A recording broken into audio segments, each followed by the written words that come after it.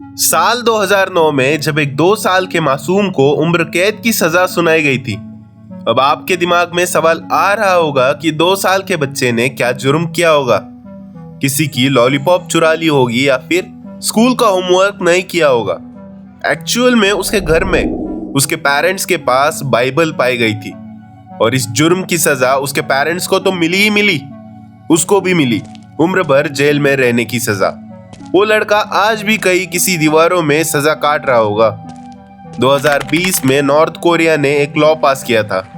इसका नाम था elimination of reactionary thought and cultural act और इस लॉ के अकॉर्डिंग किसी भी साउथ कोरियन कंटेंट को कंज्यूम करने या फिर के पॉप म्यूजिक को सुनना या उनका ड्रामा देखने को एक जुर्म माना जाएगा और इसकी सजा होगी 15 साल की जेल या फिर पब्लिक एग्जीक्यूशन। साल 2021 में सिर्फ 22 साल के एक लड़के को स्टेडियम में लाया गया था। वहां उस लड़के को जानने वाला हर शख्स जबरन इकट्ठा किया गया, जिसमें सबसे आगे उसके माँ बाप खड़े थे और फिर सबके सामने उसे गोली मार दी गई, बिना किसी कोर्ट, बिना किसी वकील, बिना किसी सुनवाई के। उसका जुर्म सिर्फ इतना था कि उसने 17 साल की उम्र में साउथ कोरियन म्यूजिक सुना था। इसका अश्र क्या हुआ? Public execution.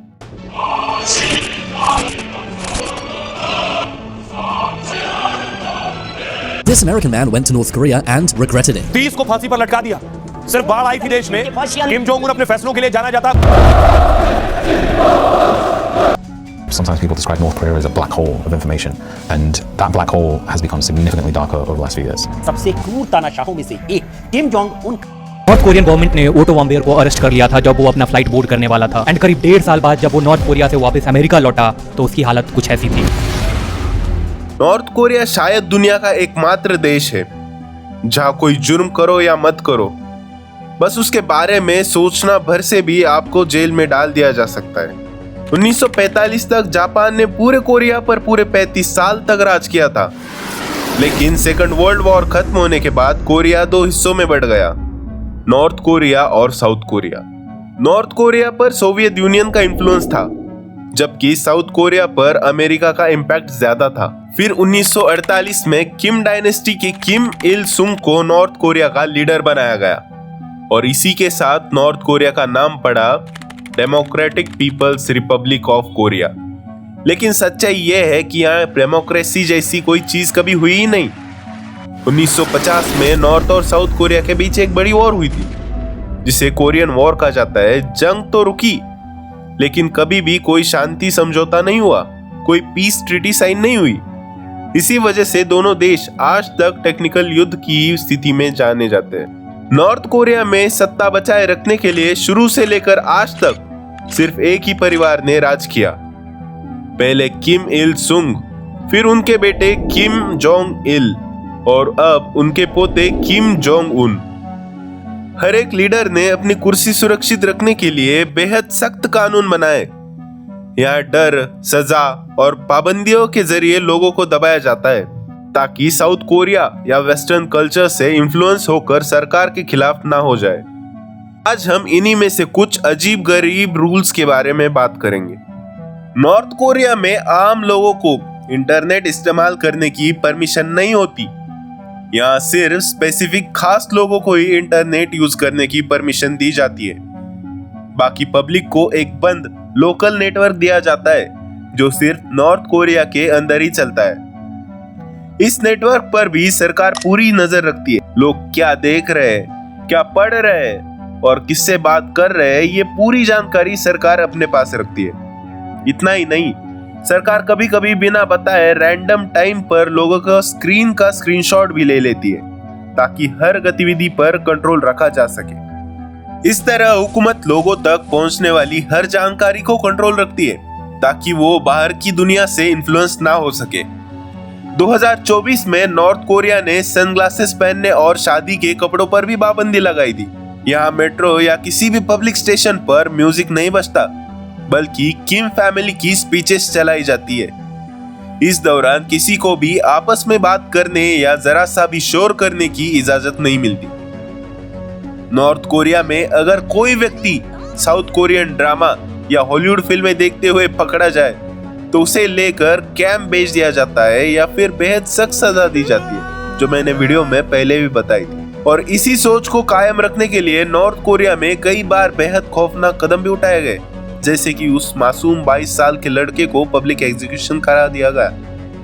लेकिन नॉर्थ कोरिया में एक अच्छी जिंदगी जीने के लिए सिर्फ पढ़ाई लिखाई या इंटेलिजेंट या स्मार्ट होना ही काफी नहीं है।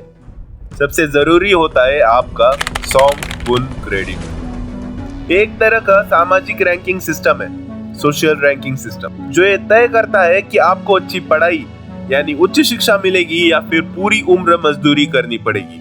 मान लीजिए आपको कंप्यूटर पर काम करना बहुत अच्छा लगता है और अच्छे से आता भी है, बेहद स्मार्ट और तेज दिमाग वाले हो, लेकिन अगर आपका सॉन्ग गुण क्रेडिट कम हो तो सरकार आपको कभी भी हायर एजुकेशन लेने नहीं देंगी, आपको मजबूरन मजदूरी ही करनी पड़ेगी। जिन स्टूडेंट्स का परफॉर्मेंस अच्छा होता है या जो हाई और खास परिवारों से आते हैं, उन्हें यूनिवर्सिटी ऑफ नेशनल डिफेंस जैसे संस्थानों में भेज दिया जाता है, जहां आजकल हाइपरसोनिक मिसाइल जैसी उन्नत तकनीकी सिखाई जाती है।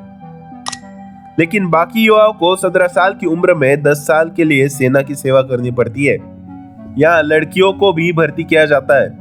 लेकिन अगर आपने आपके किसी रिश्तेदार या आपके खानदान के किसी सदस्य ने कभी कोई गुनाह किया हो, नॉर्थ कोरिया से भागने की कोशिश की हो या सुप्रीम लीडर्स का अनादर किया हो, तो आपका सॉन्ग गुण क्रेडिट तुरंत गिर जाता है। इसके बाद आप चाहे कितने ही होशियार क्यों ना हो, आपको जिंदगी भर की सजा मिल जाती है, मजदूरी करने की सजा। यानी आपको सिस्टम में कहीं भी जगह नहीं मिलेगी, आपको कोई नौकरी नहीं दी जाएगी, रोजी रोटी के लिए आपको मजबूरन होकर मजदूरी ही करनी पड़ेगी। और अब बात सुनिए जो यकीन करना भी मुश्किल है। नॉर्थ कोरिया में एक महिला के घर में अचानक आग लग गई।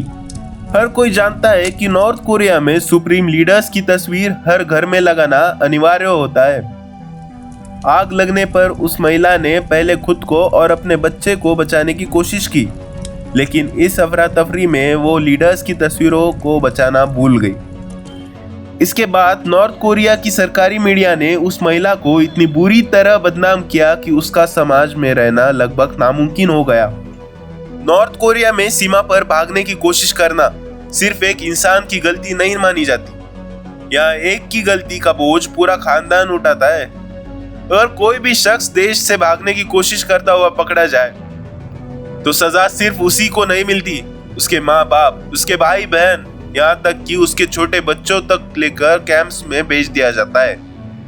इसे 3 जनरेशंस ऑफ पनिशमेंट कहते हैं, 3 पीढ़ियों की सजा। यानी अपराध एक, लेकिन भुगतना पड़ता है पूरे परिवार को, पूरी जिंदगी।